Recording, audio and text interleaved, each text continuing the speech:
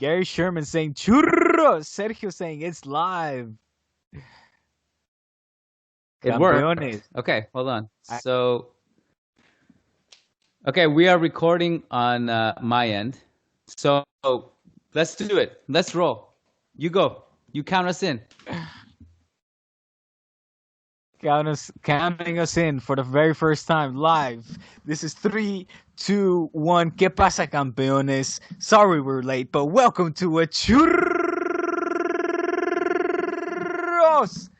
y Tácticas Podcast. This is the very first live vidcast between Kiyan and myself.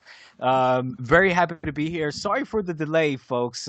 If the real video ever does see the light of day, you'll see that for the past good, 10, 15 minutes or so, I myself have been struggling to get us live on the air. So my apologies and my gratitude as well for those of you that have been patiently waiting, blowing up the chat. I could see you guys coming through, but I had messed a little certain something up. That is all behind us now because we are live, folks. We are live and direct. Churros for the very first time. Kiyan, what's going on, my man? And again, thank you for all of our loyal followers who are, of course, joining us on the chat. And we're going to be paying a whole lot of attention to you. We're going to be discussing the Barça Valladolid. What's good, folks? This is great. I feel like this is a new era. It's a new chapter in our lives of YouTube Live. I've never done it like this before. I've done one YouTube Live on my own YouTube channel, but never with somebody else. And it's cool just to have people here on the chat. I mean, it's not too dissimilar from Zoom, but I mean, YouTube is just kind of like, I don't know, it feels legit. I feel like we're legit.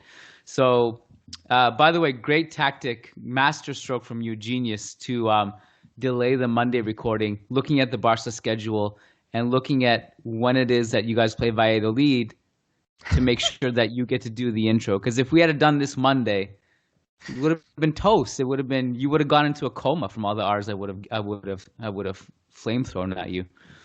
Well, listen, you were so gracious to even let me do my own Churros y Tácticas podcast. So, I mean, thank you for doing that on a Valencia-Barça day or Barça-Valencia day as well, where, the result didn't necessarily go our way. And I was all alone, man. I was doing the R's all by myself, reluctantly so. And if you couldn't tell, then if you're a regular listener, you could probably tell that I was a little bit more reserved, a little bit quieter today on R's. As you can tell, I am wearing a big old North Pole style jacket, a Canadian or Nova Scotia style jacket. No, you're from Ontario style. Wait, jacket. Is that North Face? What kind of jacket is that? Not. What brand is that? No, this is a good old Abercrombie and Fitch, my friend. Oh, okay, wow, very nice. Yes, the posh So style. that's where that churros money is going. That's where the churros money. This is very old. My ex-girlfriend bought me this jacket, and I've been with my wife for 11 years. We've been 11 years together. So this was my girlfriend before I met my wife. That's how old this jacket is. It's at least 13 years old. Yes. Still in tip-top shape. So, hey, quality. Abercrombie. Sponsor churros, baby. But anyways, the reason why I'm a little bit reserved today is because, yes, I am sitting outside, seeing as it's almost 12:30 a.m. Like I said, this is a late one tonight, but yeah, I did see this on the calendar, Kiyan, and I did want to, try to get our first live churros up and running on a day that could maybe we could have something to celebrate and something to be happy about, the both of us, of course, and something to keep us warm because this alone is not going to do the trick. I'm glad everything worked out. On this weekend was so, like, I kind of told you this on WhatsApp. I was like living in a cave almost because we went away on a cottage. The internet was so bad that I just didn't, like, the time that I initially thought I was going to record with you, which was kind of after the Barca game, right? Yeah, exactly. Everyone was taking their naps, so the kids were napping and everyone else was just like having quiet time, and there's nowhere I could have recorded that would have done it in a way that everyone else wouldn't have woken up. And if I had done it outside, well, we had just gotten like a pile of snow and it was freezing. It just wasn't going to happen. I ended up hotspotting my phone to watch a couple games, but I came back and It just wouldn't have worked no matter what. So I'm glad you did the solo cast. It was We're fun. obviously on the back. Yeah, I'm glad. I haven't listened to it yet, but I'm sure it was good. And you did a video, right? It was a video? I did. No, I did a video. It's because I couldn't figure out how I could get the audio going.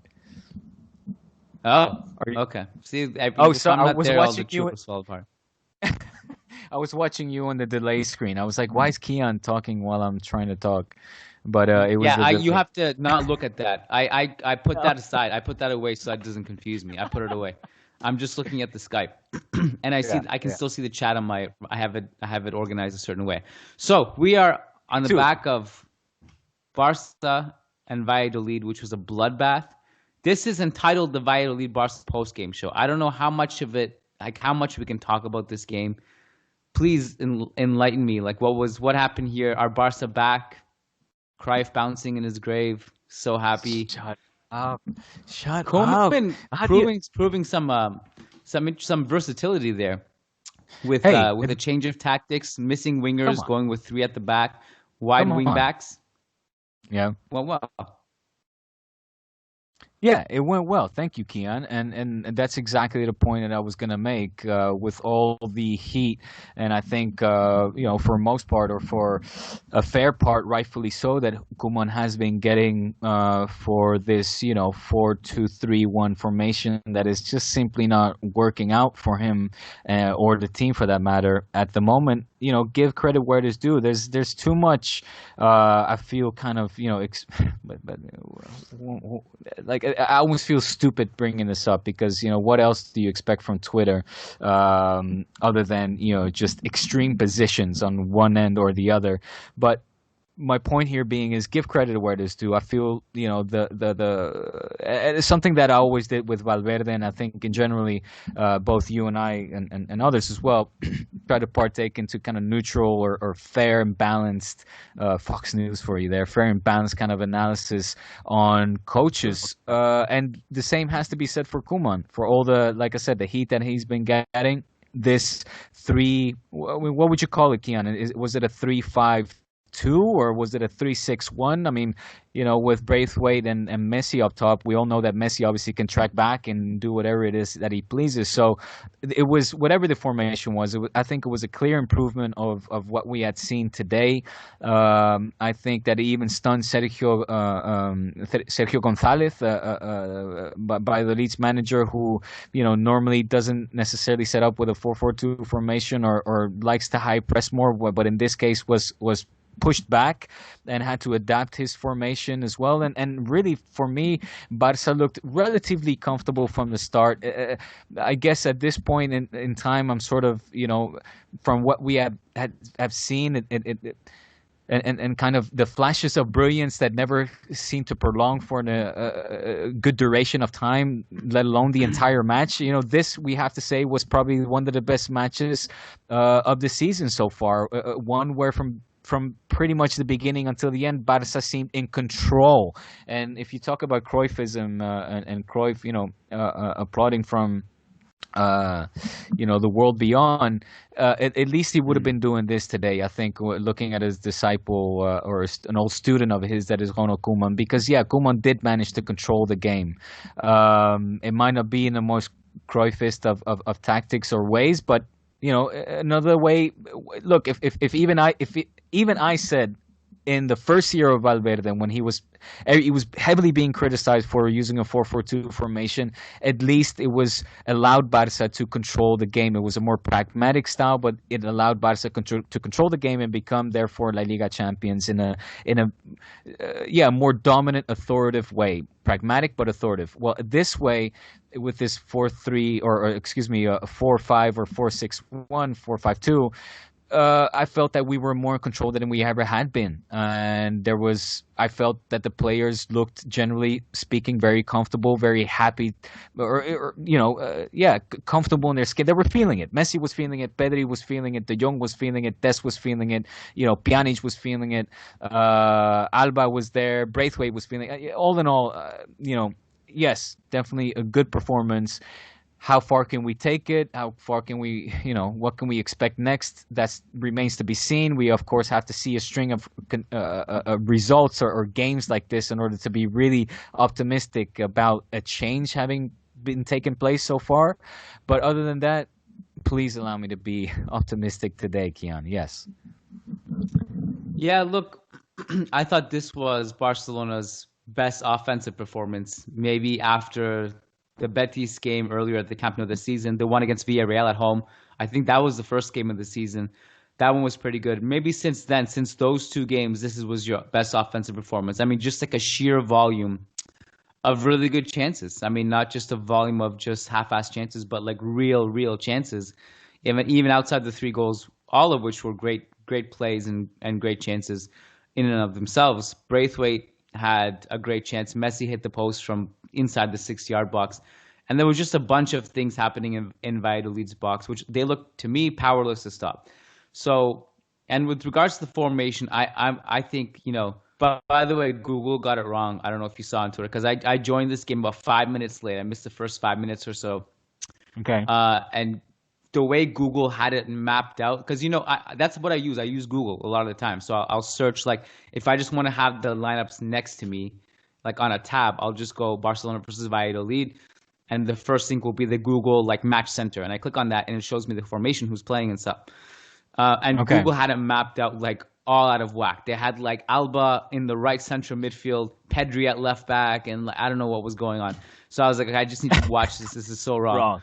So to me, it kind of like once you saw it unfold, it was like a 3-4-2-1, which I thought worked. I mean, I'd be interested. Yeah, so of that sort. I mean, it's very fluid, right? Messi's position is almost positionless. It's wherever his instinct tells him to go. And so for that reason, it's hard to tell where Messi actually is. But you get my point. It like Dest and Alba wide and high, with good coverage from Mingueza, Araujo, and Lenglet. Pjanic and De Jong really controlling midfield, and Pedri awesome on the left hand side, combining with Alba, De Jong, Braithwaite.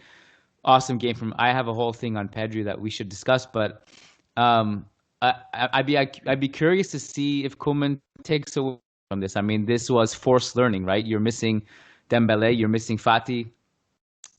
Who else were you missing in attack? I mean, Trincao didn't get on the field today. Griezmann didn't get on the field today. I mean, that was yeah. So yeah. I'd just be curious to see if Koeman takes anything away from this. I'm like, maybe the 3-5-2, interesting. Maybe we'll implement it, because this is what I think. This is what happened. Barcelona just controlled the hell out of the ball, because you had Pjanic, De Jong, Messi, Pedri, and those essentially those 4 together. Like, it was hard to take the ball off them. I mean, and they're all like Pjanic, Messi. The connection there was great. And again, Pedri's understanding, I thought in particular with Jordi Alba, is what unlocked a lot of kind of new openings for Barca in this game. Yeah, listen, I think even the fact that you saw Koeman decide from the get-go not to use Busquets, not to use Coutinho, not to use Griezmann, and leave these 3 on the bench, and instead give way to players like Pjanic to be them included in the starting 11. Of course, I have to say that name that keeps haunting, it keeps haunting Koeman in this case, and it keeps being mentioned. But this could have been an interesting game for Riqui Puig to have been out and gotten some minutes as well. The fact is that leaving out those, I think, kind of household name, PlayStation-like names, your Coutinhos, your Griezmanns, your Busquets, leaving out those big players and giving way instead to more livelihood, more packing also, I guess, the midfield a little bit more. But, and Kiyan, the last time I did this podcast after the Barça Valencia, I was very disheartened, and the reason being was that I felt that there was too much sort of packing the midfield we're not seeing anything coming from the wingers. We were not seeing anything from the wingers at that point in time. And if anything, it felt that the front three were a disturbance to kind of allowing Messi to get into free space, clean free space, receiving the ball cleanly and making something happen. Instead, it was always kind of, and we saw it in the beginning as well. That's why, I mean, I made a note here in the 15th minute where Frenkie de Jong is kind of like there's this open play where Barca players are out on a fast break. They're clearly outnumbered by Valladolid defenders. Frenkie de Jong on this occasion had the ball and kind of has a chance, or a half-hearted chance, to kind of slot in a deadly pass and deadly cross, in this case to Messi, but doesn't, because obviously the box is so crowded by the lead defenders. So instead he holds it back, opts for an extra pass, but it's like a half-hearted pass, is that chip into the box that never really amounts to nothing. And at that point I was thinking, oh boy, here we go again. Here we're seeing a team that is lacking in ideas, lacking in attitude, lacking in kind of even bravery to make a sort of a daring type of pass.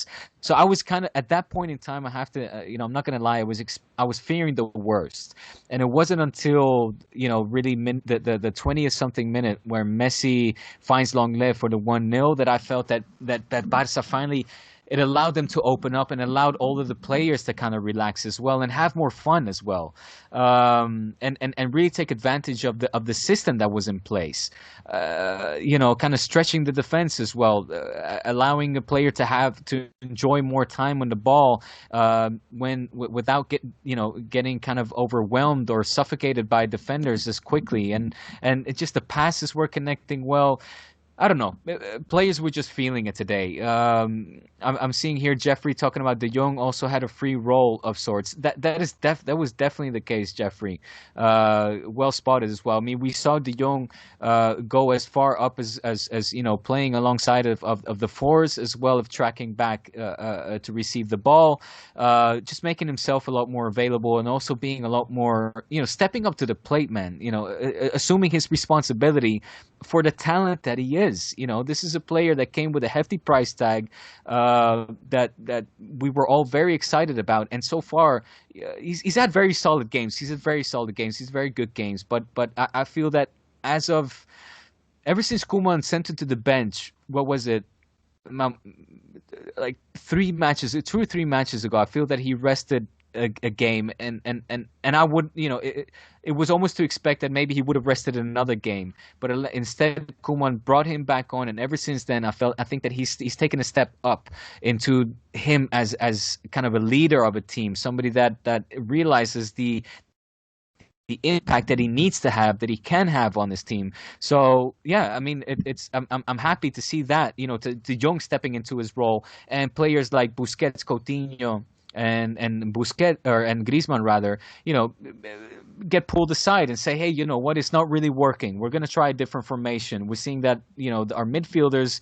have, our Pedris, etc. are Pedri needs to start over Coutinho every single game at this point. He is taken over Coutinho in that hierarchy of midfielders that need to be given minutes. Pedri is a phenomenal player. I mean, if only for that thing, I will go over to Bartomeu's house and give him a kiss on his forehead just for signing Pedri, because man, we've got a player among our ranks who's only 17, 18 years old that is going to be with us, hopefully, God permitting, for the long run, as well as De Jong, as well as Dest. I thought that Dest, he's been getting so much shit, and I've been hating listening to the radio in particular, because I feel like he's one of those players that is just for one reason or another on the shit list of some of these journalists out there, these commentators. And today, man, what are you going to say about Dest other than him having a fantastic game and looking like the right back we want to have for the future? So, this is a game, yes, Kiyan, where I'm going to stick out my chest a little bit and give credit to the individual talents that this player, and that's one last thing, Kiyan, that you didn't hear on the last podcast I said. It's like, I cannot wrap my head around this team that individually we've got great talents. And I mentioned Dest, De Jong, Pedri, Messi, your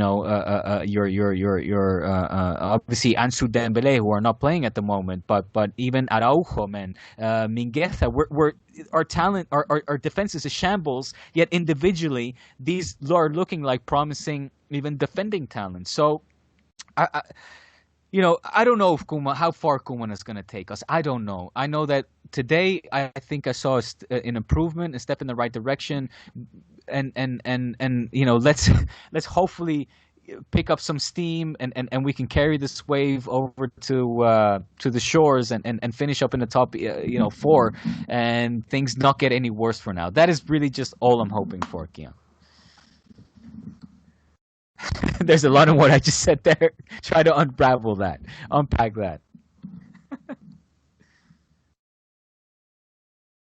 I think you're either on mute or there's something going on. There my we go. bad. You just missed you just missed an unbelievable tactical analysis. It was really, I don't remember what I said, but it was just otherworldly. So I'll try to remember. You did say a lot of things. I try to take notes vigorously on what you were saying so I can respond properly. But listen, I don't think you're wrong in anything you said.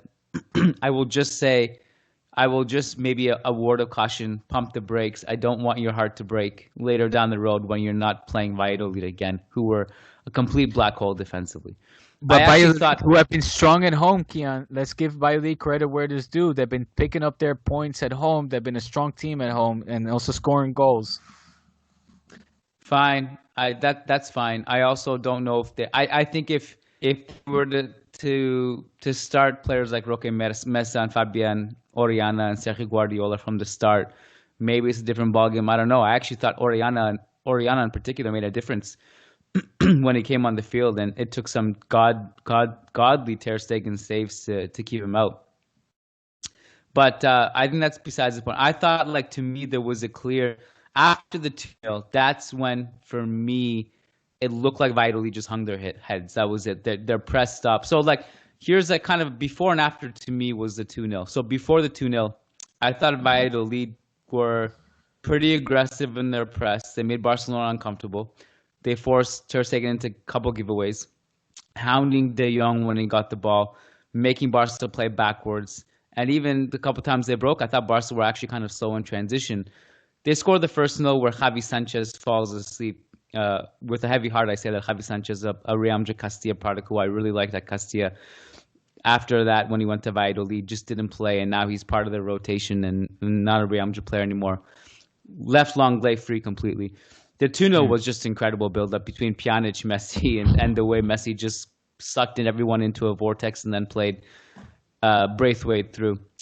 After that, after they conceded the second goal, I thought Valladolid just hung their heads. Their pressing stopped. They had to give away like nearly seconds after Braithwaite makes it 2-0 that Messi nearly scores from.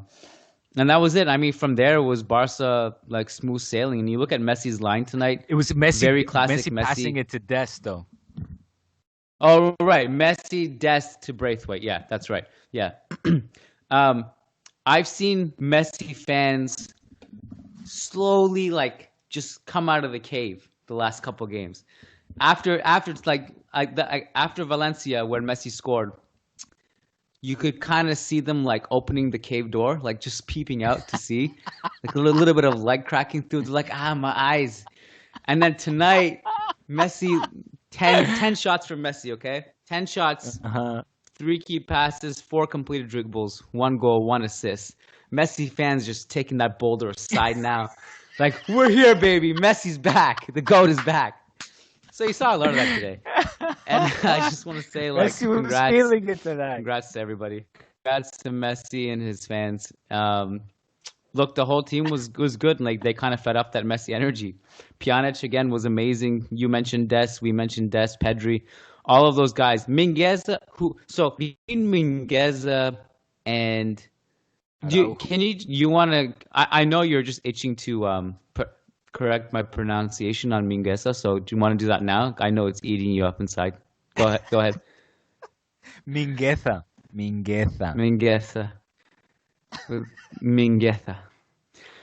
I thought Mingueza had really important intervention in both the first and the second half when Valladolid were attacking in transition. He had 7 interceptions tonight as a whole. I actually think between him and Araujo, Araujo is the better prospect. I don't know much about these kids other than what I've seen from them playing with the Barca senior side this year. Haven't seen them before that, but I thought Araujo is kind of like more promising, more interesting to me. But Mingueza played really well. You want me to give you a little? Okay, do you mind if I just interject real quick to give you a little story on a background story on Araujo? Please.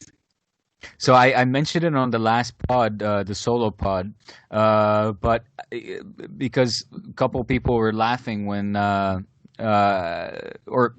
this is on Twitter rather, not on a live pod, when there's mentioning that Araujo is actually compared to Puyol. Now, similar to when Pedri is compared to Iniesta, a lot of this information actually come from within the Barca camp, where yes, people like or players like Pedri or Araujo are actually compared to legends, club legends in this case of Iniesta and Puyol. Now, not that does not necessarily limit that comparison to their style of play.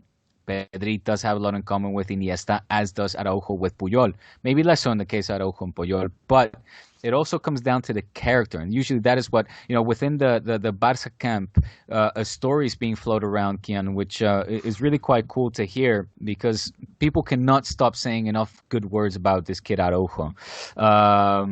When it comes to like his dedication to his team, the sacrifice for his teammates, how he stands up for his teammates, and his compromiso, his dedication as well to his teammates, in particular to Barça B, which is where until this point he has of course played most of his time, right?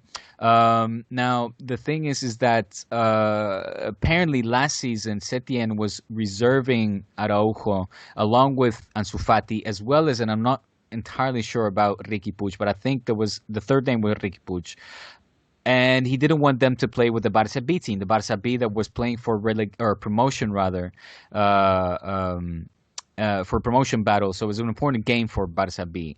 Now Ansu and Puig, again, I'm not 100% sure about Puig, I know about Ansu, did not play that game with Barça B. Kind of,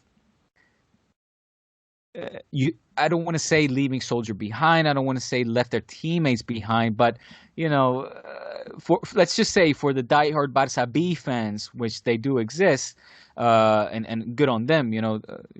There's fanatical fans of all categories and all sports, and that's great. So I'm just saying, amongst the most hardcore Barça B fans, that didn't sit well with them. The fact that regular Barça B players didn't want to show up for their important clash against, I think it was, I don't know if it was Dam, or I forget who their opponent was. In any case, important match for promotion for Barça B. Araujo did play. Araujo did play for Barça B, and Araujo did get injured. He injured himself, therefore, scratching himself off the list to continue to play with the first team in the Champions League. Leo Messi called Araujo and told him that he was proud of him and that he would have done the same thing. Pretty much, not just ever since then, but even before then, the reports on Araujo when it comes to these kind of traits, similar to Carles Puyol, that the coaches take note of those things, teammates take note of those things, and he seems to be just a class act, a stand-up dude, and a player that is well liked in the dressing room. So again, hopefully, Barca has found a central defender that is given the opportunity in the minutes when the time is right, and so far I think, as you mentioned as well, a great prospect, and if you want to compare him to Mingueza, the better prospect as well for that matter. That's great. Heartwarming story. Another heartwarming story that I have for you. I'd be curious to know what your thoughts are. Umtiti made an appearance today. I forgot honestly, I often forget that he is in the Barcelona squad. Have you lost hope for him? Do you feel like he's going to be a contributor, like back to, maybe not, like let's say if we get like 90% of old Umtiti? Do you think that's still on the table, or do you think it's not going to come back to what it was? No. I think Umtiti, I'm not, who am I to speak in the name of a professional footballer I've never met in my entire life and only seen on the screen or in the stadium. But my sensation, my gut feeling, my hunch is that the story of Umtiti and Barca needs to finish as soon as possible if the club wishes to gain any monetary returns on their investment. He's a player that is high on the salary list, so and just right now, again, we're talking about, we mentioned names like Araujo and Mingueza with Lenglet, Piqué. Todibo is still officially a Barca player, even though things in Portugal are not seemingly going his way whatsoever.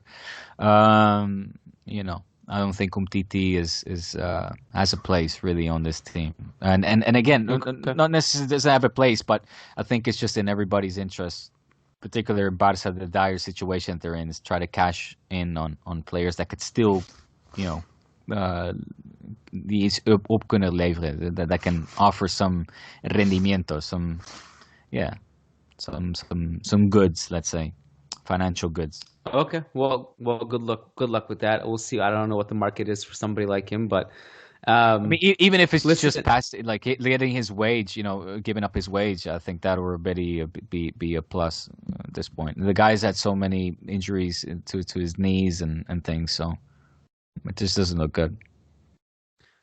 I think like we've taken this game, we've like taken the cloth and squeezed every little bit of juice out of it. How I long think has I it could squeeze been? a little bit more. It's been How long like has it been? half an hour. Half an hour. Oh, what time is it for you? Feels like we're just warming up the motors here. I'm good to go. I just want to know what else you want to say about this game. I could squeeze a little bit more out of it. We could. Nothing, man. But All I would say is, if you want to have my final sort of statement, I guess, is just recognize when something has been done well. We managed to pick up 3 important points. We saw some very good team and individual performances as well. I think Messi prevented this from being auténtico slaughterhouse that it could have been. And other than that, we saw earlier today how the current 2020-21 La Liga champions managed to dismantle Real Sociedad in a very authoritative manner. All in all, Marcos Llorente scoring with his left foot today. I think the only thing that's left is for him to start towering over people, like heading things.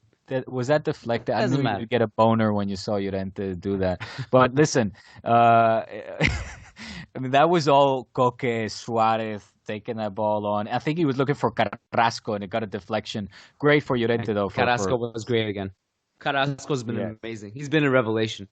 If you look at Carrasco's numbers, this is his peak. This is the best year of his career. He's been like every single metric across the board. He has improved. The eye test looks good. I mean, he's playing left wing back now, on and off. He's putting some of the passes he's putting into the box are genuinely incredible to watch. So that team, that 2021 champions. I had to think about that for a second, but look, you said it, and I'm not going to necessarily disagree. They're back. I mean, a great return for Simeone's dudes after dropping massive points in the derby, beating Elche, and now Real Sociedad in very convincing manner. I mean, they bounced back. They could have been ugly. I was a little nervous there on my on my prediction, so I'm sticking with it. Well, you did say before the derby that it's possible Real Madrid would win it, but that doesn't make a difference for your prediction. But it doesn't matter which though. But I see some sweat beads just coming down your forehead, thinking about Real Madrid's last 3-4 games, huh? A little bit. Interesting. No, I mean, what are your thoughts? I mean, we haven't really talked about Real Madrid much since the derby, really. Yeah, just a little. Exactly. What is this? Is this real, or is it one of those Zizou runs where we're like looking back on this, like we're looking at it in March and we'll be like, hey, that's when it all started. They've just been on a tear since then, or is this going to normalize soon? They have. I mean, look, give credit where it is due. Like I said, and I can't give any credit away, or can't take any credit away from Zizou, and I got to give credit for all of those boys, in particular Lucas Vazquez, Benzema as well has been looking fantastic. Modric has been just empirical and looking like a rejuvenated version of himself. Madrid's looking good, looking very solid, and is making me eat my words up a little bit, which I don't like to do. I'm not the kind of person that likes to eat my own words up. They don't taste good. I've had stomach problems. It doesn't sit well with me. So, but I'm happy to do so if it makes Kiyan smile like he just did. So, no, man, I think, are Real Madrid in the running? They're certainly not out of it. You cannot discard Real Madrid out of any competition until the fat lady sings. And it's nearly 1 a.m. over here in San Cuat, and no fat lady is singing. So that means that Real Madrid is still in the running for anything. And maybe you're just in the wrong neighborhood. You need to go find you a neighborhood where a fat lady sings at 1 a.m. You're in the wrong neighborhood. Okay, so I had I had a couple of questions just looking at from a patron, which I think would be interesting to take. So Brennan Powers, by the way, patreon.com/Churros y Tácticas. That's where you get the real raw churros. Here we're just kind of like, we're just kind of messing around here. But on the Patreon shows, it's oh my God, business. My computer's showing me I have 1% all of a sudden. This could cut out at any second. This is a disaster. 1% battery. Can you plug it in? From 25. Yeah, I need to run and get the charger. Hold up. All right, you go. I'll keep this podcast alive. Go. All right. As Diego gets up and leaves, and right now I'm looking at a screen. It's just pitch black with some pillows. He's outside in his balcony, assuming because he doesn't want to wake his family up. It's late there. I guess I might as well talk to you about some stuff. Today we recorded the Lone Tracker with Matt. We were having a ball, just kind of discussing everything with Arteta and Arsenal, everything that's going on there. And today, Arsenal lost 4-1. And I'm just kind of waiting for Arteta to drop the next math equation.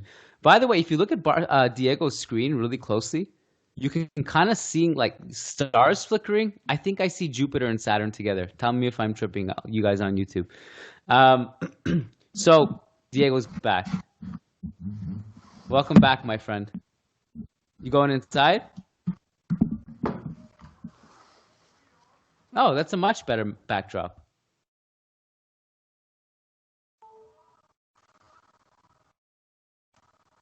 All right. Well, while Diego gets set up in a much more beautiful backdrop, that's like actually like a sick thing. I also did just want to talk about Real Madrid and stuff, and because I think one of the direction we wanted to go in was to really podcast was meant to go in the direction of Koeman versus Zidane, because that was a thing that happened today. So today Zidane was asked about Koeman's comments, and Zidane responded, said he was annoyed with what Koeman said about Real Madrid and the referee. And so I want to ask Diego about that. So to recap, Koeman was talking about the call that Real Madrid got, where Ramos gets the ball hitting his elbow in the box against Eibar. And he was saying that 9 referees out of 10 would have called that a penalty, and that one wasn't called. And Zidane said today he was annoyed by those comments. So I thought I heard that. Yeah. So I don't even know what I said while you were gone. I just said like the first things that came to mind. I talked about Arteta. I talked about Arsenal. I talked about the stars. I talked about your backdrop. And then I talked about Zidane. I actually did want to talk about Zidane and Koeman and ask you about that. But yeah. So what were your thoughts when you saw that quote? I love the comments. I reserved judgment. I was going to wait and discuss that with you. I love it. I'm just looking at the comments here. Taps saying get the adapter as soon as possible. Gary saying raw churros. I like it. Yeah, that you guys know what you get with your churros, right? You get a lot of this. That's why I like to say that, we have La Liga chatter here, just an informal chat about unimportant things in life. But things that keep us entertained and keep us smiling. What did I think about Koeman's statements? Well, what do you want me to say, man? I agree. That should have been called a handball. But what are you gonna do? That was a handball. Okay. I actually don't have it. Well, I think that one could have gone either way. I actually didn't. I didn't. I didn't defend the non-penalty much in the podcast. I think actually all of us in the podcast basically said it could have been called a penalty. We didn't really defend against it vehemently or for it. At the same time, we also just did not bring up the fact that Real Madrid should have had 2 penalties against Athletic the game before. So we just kind of didn't bring it up at all. But it's just weird to me that we don't even bring this stuff up, and then Koeman's bringing it up for us. Like, just focus on your shit. No. See, that's where you cannot hold a manager accountable when he is asked about certain plays in other games. Sure, if he says, "I don't want," you can just be Zidane and just exude class and be like, "I don't want to talk about it. I don't talk about referee stuff." You see, this whole notion that Zizou doesn't talk about referees is about as BS as any manager saying that they don't talk about referees until calls start going against their team and hindering their progress or their way to achieving their objective. Zizou has talked in the past about referees. Florentino most certainly has many times talked about referees in the past, as has Butragueño. Oh, of course he has. So everybody talks about referees when the decisions fall against their interest, and Zizou is no exception to that rule.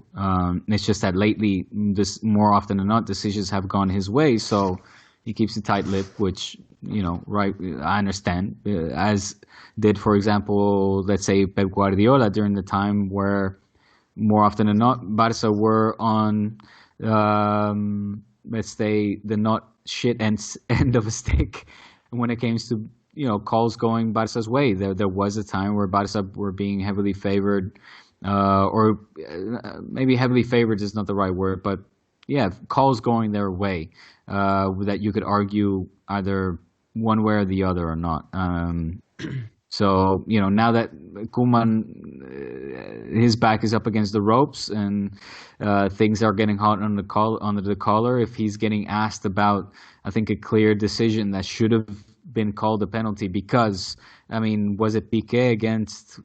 Was it Betis, which was an identical play? I forget which team we were playing, but Piqué basically had his hand up. It was this season, and it was a photo comparison between the two plays, and it was called a penalty against Barca. And you can put Barca next to that picture, but you could put all of the other teams in La Liga in that picture as well, where calls would have been calls would have been made for the penalty, and in this case, it didn't, and it just happens to be Real Madrid, and. Have there been other times where Madrid should have gotten the penalty? Yeah, sure, but many times also they've been on the other end, and that's just a fact. I think I see no controversy in saying that yes, that should have been a penalty. I'm just calling it like it is. No, so here's what. Let me just bring up a counter to what you're saying. Okay, so after the Athletic game. Because you're saying Zidane, if it benefits him, then he doesn't comment on it. Against Athletic, the team should have had 2 penalties, and he didn't bring it up once in the post game. Nothing. No. Wait. No. What I said was he maybe now, like over the past 2 seasons, recent seasons, he's keeping a tight lip because more often than not, decisions fall his way. But in past seasons, was it? Was 3 seasons or 4 seasons ago, I can pull up articles where Zizou has criticized, referee calls even as back in a Supercopa, I think I remember where Zizou said, well, the calls are not going our way, or criticizing the referee for whatever reason it was. I don't remember now. I can pull them up. And if the patrons are interested, for the evidence, I can either dedicate time to do it now, or I can pull them up for the next podcast. But Zizou has criticized in the past. Do it now. I'll do it now. Coño. Venga, va. Va, lo hago ya. Ya está. No, listen. I'm sure that's you're not making that up out of your ass. I mean, feel free to look it up. I've been, unfortunately, at almost every Zizou press conference, any post-game show anyway. Ewan goes to the pre-game ones. I don't go to those, but I don't remember many times, if any, where so the typical Zidane thing after the game is he's asked, what about this decision? What about that decision? And he has the same copy-paste answer where he says, I didn't see it. I don't know. I didn't see it. I didn't see it. So he just goes into that 2007. 2017. Okay. Way back, baby. Florentino. Well, I'm just, like I said, the last recent season. So this season, last season, he's been keeping a tight lid because more often than not, decisions go his way. But before that, he did. 2017, he said. That's too recent. Do you have anything older than that? He says the only thing I'll say is that they can always improve. Referees can always improve. We can all improve. Me as a manager, I can also make mistakes. I'm directly translating from Spanish, so forgive me. Y no voy a hablar más and I'm not going to talk more about this topic, okay? Todos tienen derecho but we all have a right to talk and say what we want. The president and me as well. Él dice que los árbitros. He says that the referees have to improve, and I agree with him. 2017, Zizou talking about referees having to improve. So, okay. Ya está. Case rested. All right. I rest my case. Wow. Okay. Done and dusted. Let's close that forever. I had a fun patron question for you. Okay. So, Brennan Powers, our patron, says, and maybe you've seen this, maybe you haven't. I'm just seeing it now because I went and checked the patron questions. I had forgotten to do that. Brennan Powers says, who are the top 10 footballers of all time in your opinion? That's question number one. Question number two, who are the top 10 rappers of all time in your opinion? What's more fun? Come on, man. Rappers. Okay, let's go. Bami, you're the rap guy. I don't know. You're the expert. Okay, top 10 rappers of all time. Right off of the top of my dome here, huh? Like, I feel bad because I don't want to let anybody out. I'm very sensitive when it comes to this. I'm going to go Pac and Big, 1 and 2. Then I'll go with Big Pun. And then I'll go with Outkast. I'll go with obviously Dre. Rappers though, right? So beatmaker, I'll put Dre more as a beatmaker. I'll go with Snoop. I'll go with Gangstar. Well, Gangsters. So I'll go with Guru. How many I'm on now? 1, 2, 3, 4, 5, 6. On 6 already. So just 4 more. Guru. Then I'll go. I feel so bad because there's so many I love dearly. What will I put in this one? So no one knew, right? You got to go back old school for all this. Old school. That's why I gotta put Slick Rick in there. I gotta put Wu-Tang, like the entire. What about Lil Bow Wow? Get the fuck out of here! Come on, man. Let's get serious here. I cannot. You want me to choose one from Wu-Tang? Stop again. Sure. Look, I'm putting Slick in there, and I'm gonna put. Who should I put in the Wu-Tang? I could put.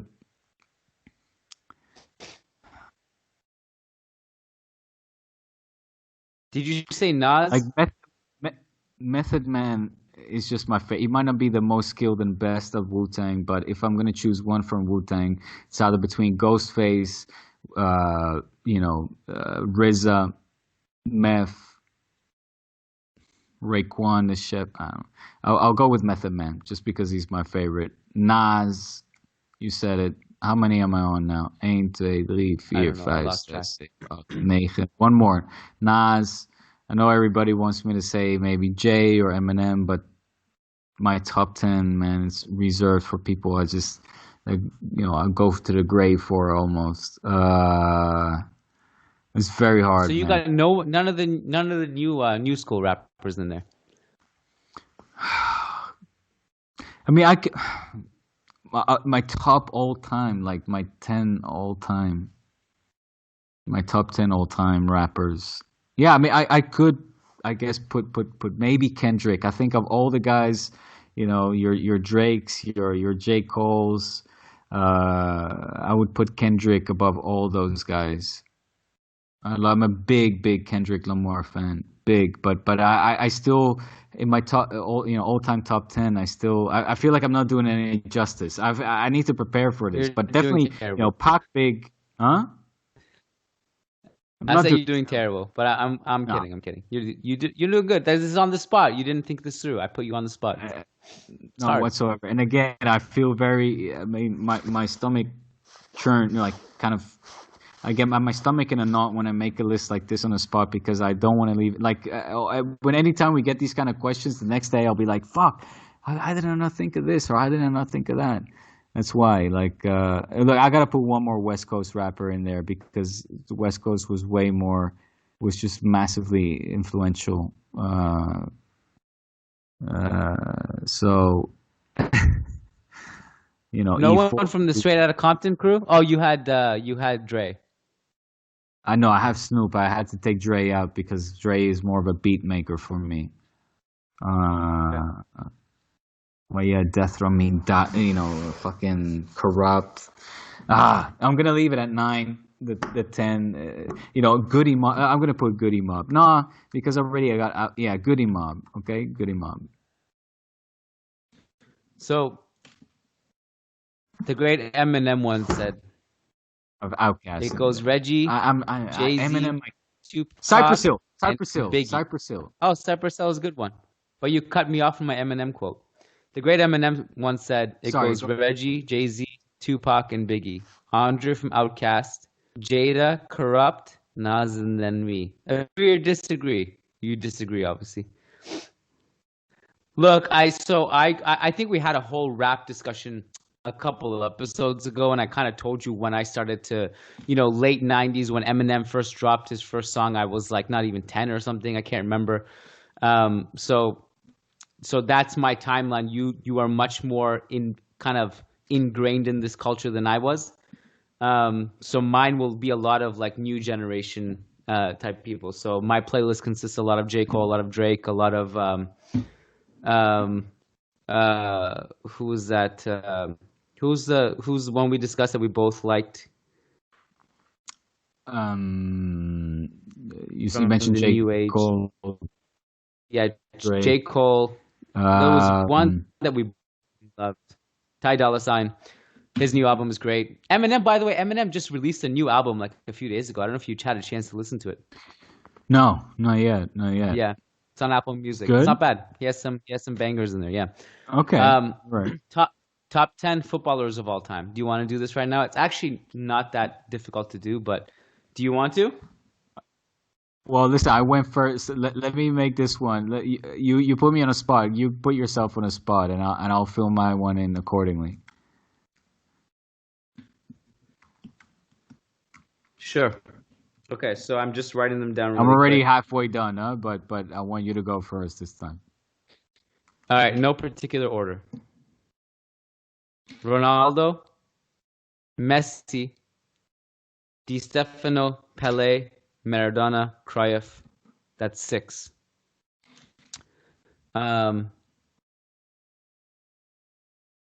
After that, I have a lot of thoughts and opinions, and I think so those 6 are locks to me, like absolute locks. Like they cannot be ousted out of the top 6. Okay. After then, it gets a little bit more interesting to me and debatable because we start to get into more subjective things. We have to talk about a wide range of things like their longevity, their peak, someone like Ronaldinho, if he was at his peak for 10 years, he's a top 10 player. Zidane, if he's more consistent, he's a top 10 player. But I don't think Zidane goes in the top 10, probably not. And Ronaldo Nazario, if he doesn't have any injuries, he could be a top 5 player. But he's had some injuries. So those are my top 6. I'm going to just throw those out there, and I'm going to let you, if you want, do you have anyone outside the top 6 that I didn't mention that you think has to be in the top 10? Absolutely. Okay, go for it. All right. Well, now I just forgot which one you mentioned, though. Messi, Ronaldo, Di Stefano, Pele, Maradona, Cruyff. Those are my 6 locks that have to be there. After that, I really think it gets a little bit subjective on who you prefer for the remaining 4 spots. All right, here we go. Bergman, Van Basten, Xavi, and Iniesta. Van Basten, top 10? Who was the first one you mentioned? Bergman. Dennis Bergkamp. Sorry. Bergkamp. Wow. Bergkamp. Jeez. Yeah. Dennis Bergkamp. Yeah. Wow. That is, come on. That's a little bit too, this is a little bit too much Dutch love for me. I love my Dutchies, but it's a little bit too much. No, come on. Bergkamp, without a doubt. He was magical, man. If it wasn't for injuries, the guy technically was on another level. If it wasn't for his injuries, if it wasn't for his the weird traumas and phobias that he had, he was just a phenomenal player. Just such a joy to watch. What was the phobia? Was the flying, right? Outside of the flying, he didn't have it. Yes. And he still got on the plane and went, didn't he? No, he never got planes. But I mean, he would still go to away games just by a different route. Is that not correct? Yes. Okay, so he's fine. So I love Dennis Bergkamp. It's like a family. Phenomenal. Sorry, go on. I love the guy. I love Dennis. I love Uncle Dennis. Come on, man. So here are the footballers you put Dennis Bergkamp, as great as he was, and if nothing else, aesthetically breathtaking. So you took Bergkamp over Ronaldinho, over Puskás. He's in there. You had Ronaldinho in there?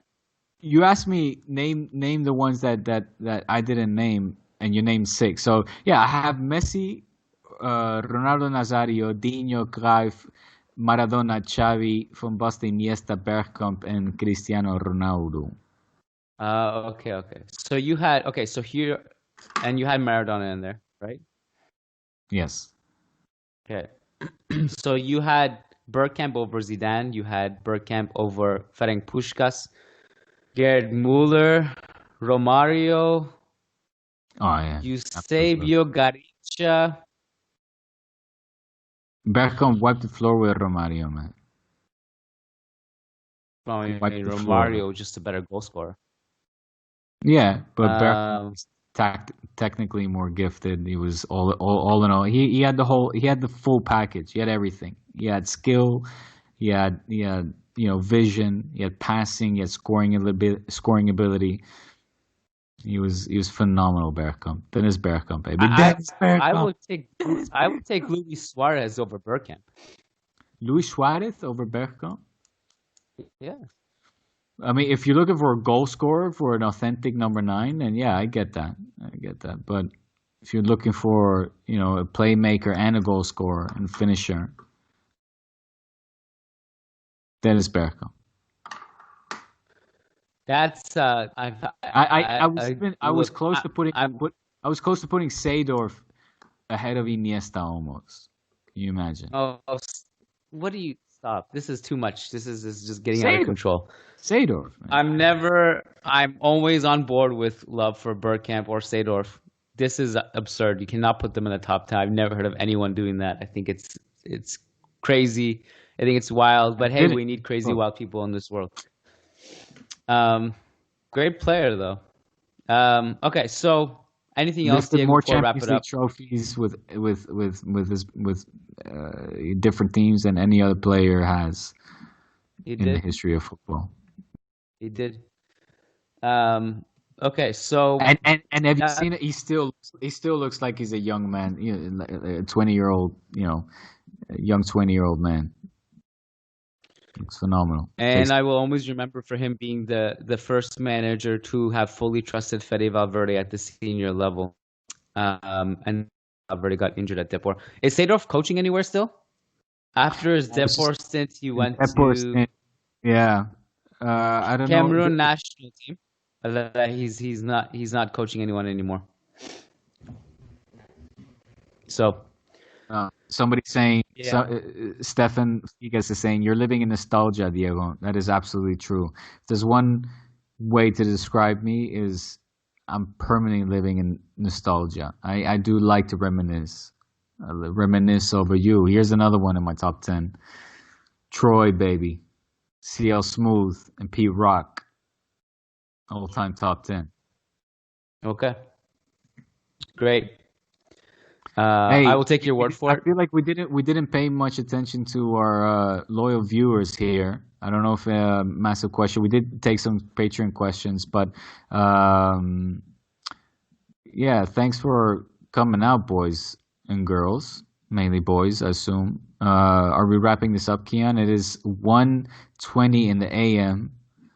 This has been a long, good old churro sesh, huh?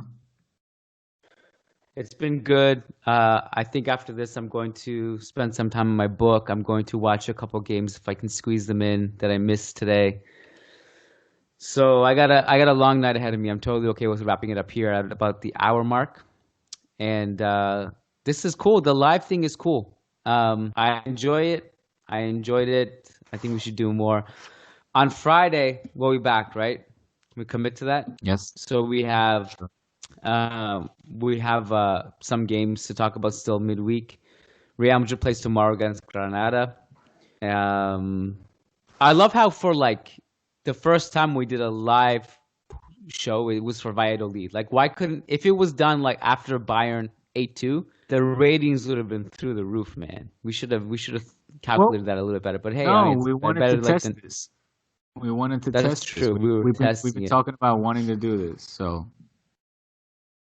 Now you're inside your house now, right?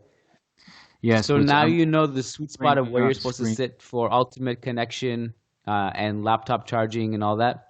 Yeah, the thing is, I'm now uncomfortably close to where my kiddos are sleeping, and I don't want to be. I could, send one of the kids awake and then be up for the next 2 hours. So, in fact, with these noise canceling headphones, I don't know how loud I've been screaming. The fact that my wife hasn't barged in here yet, giving me shit, is a great sign. But either that or when you walk inside, it's just going to be chaos. It's like a tornado, and like you couldn't hear any of it because you had your headphones on. Oh, so yeah, exactly. Who knows? All right. Well, I just realized that Friday is actually is it not Christmas on Friday? We're not doing shit on Friday. No, yeah. Friday is literally Christmas Day. We're not coming doing anything Friday. I don't even celebrate Christmas, but I'm not. The hell, if I can have just one day to myself doing nothing, that'd be great. So yeah. So is Christmas a big thing in your place? Yeah, it's massive. It's massive, of course. Yeah. I see some. Oh no, no, that's not a Christmas tree and some ornaments. It's just a. Oh, there it is. There we go, baby. Beautiful. The lights are off. Sorry. Looks great. We tried to be conservative with the electricity. Electricity in Spain is ridiculously expensive. Let me tell you that. There's someone in the chat. He's asked 2 times now. Upload this podcast, the audio version, because it's almost 6 a.m. in India right now. He's been asking this a couple times. We haven't answered him. Yeah, go to bed. Don't worry. We'll upload this. You're good. You're fine. And I mean, look, if you leave now, it doesn't matter anyway. The podcast is over. So appreciate you tuning in, and go get some sleep. Thank you for your support. Thank you. Churros y Tácticas live YouTube video bringing out everybody from across the world. It's nice to see. So thank you for your support. Enjoy your Christmas, enjoy your holidays, your Hanukkah, your what's the Seinfeld one? Festivus for the rest of us. Enjoy all of that. Stay safe. What is the other one they celebrate? Like the African Americans? Kwanzaa. Right. Yes. Happy Kwanzaa. Happy everything, no matter where you are. And enjoy. Stay safe. I don't, Diego. I assuming you're gonna end the live YouTube thing, and I'm gonna press end over here. Stop recording. Yes. And we'll catch you guys on the flip side of Christmas. Take care. Exactly. Thank you guys, and tune in again. Make sure you share all the goodness with your friends and family, and enjoy the holidays. Peace out. Churros. Take care, guys. Churritos. Need to find the stop button. I'll get to it.